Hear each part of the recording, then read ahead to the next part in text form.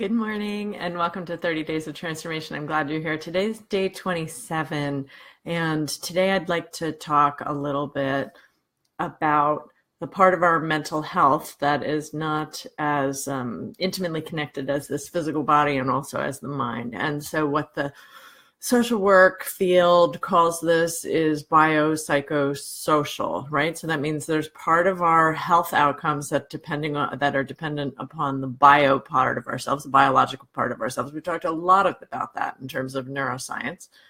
And then there's part of our health that has to do with the psychological part of our health, right?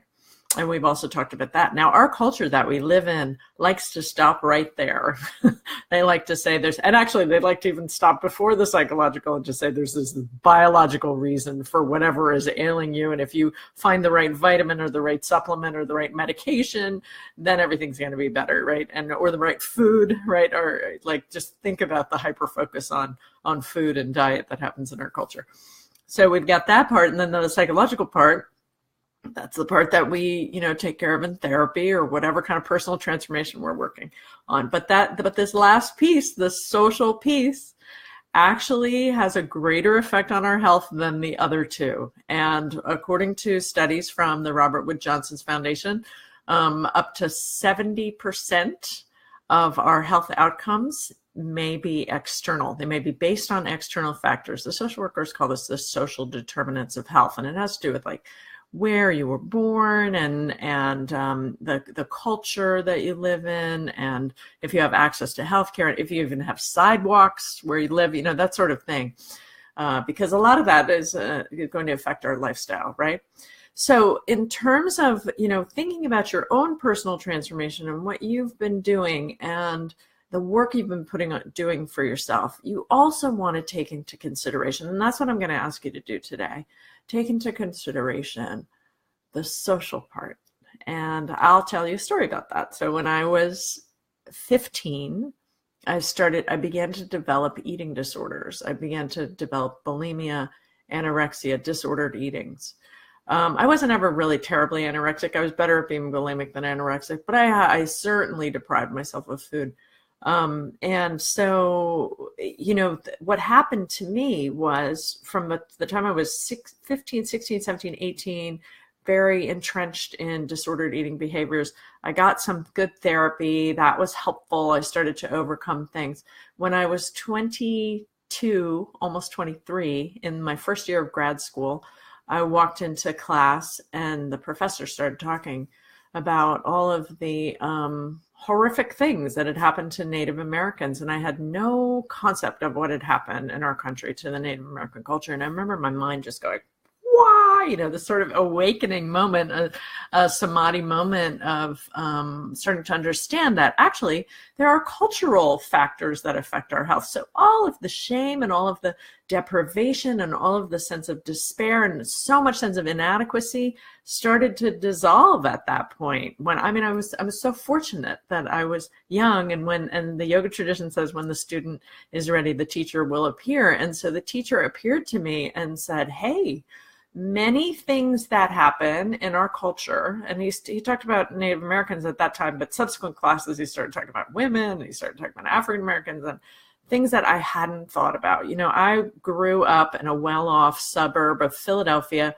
My friends were getting nose jobs and boob jobs. I didn't know anybody of color, a very white suburb. And my worldview at that point was that women are inherently deficient. I was inherently deficient because I didn't look like that model of perfection. And because of that worldview that I had grown up in, I had really internalized so much of the cultural ideas, in the early 80s. Think about it. Things have changed significantly, but in the early 80s, we were still living in a time when women were, you had to be a certain way for sure.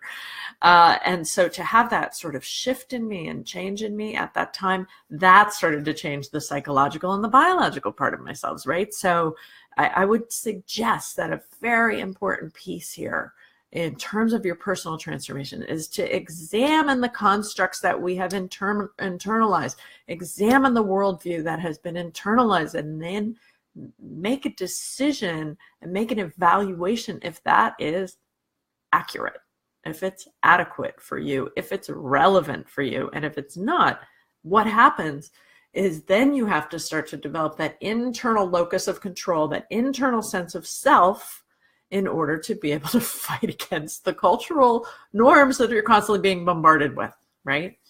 So how do you develop that internal sense of self? That's everything we've been talking about. That's all the meditation and the self-care skills and the balancing stuff, the mindfulness stuff, the shift we have to make in our mindset. That's all of that stuff. But all of that stuff is a buffer against, it's a bulwark against, it creates the impetus and the energy that we need internally to be able to withstand the tsunami of cultural images that get thrown at us, right? So then my third bullet point for today is to take action against what isn't. I just wrote what isn't. I should have written what isn't working for you, because it might not be working for somebody else, so that awakening for me started me taking action in terms of like, how can I help other people to accept themselves? How can I help other women, particularly dealing with body image issues, to be able to accept themselves? How can I give back what I've started to understand? And that is critical. I mean, that's a critical part. That's the pay it forward model, right? Okay, so comments, please talk about any actions you've taken that have helped to bring you greater sense of contentment, because the bio, the psycho, and the social are not separate. Research demonstrates this. They all have a deep impact on our physical and our mental, emotional health. And I'll see you tomorrow. Namaste.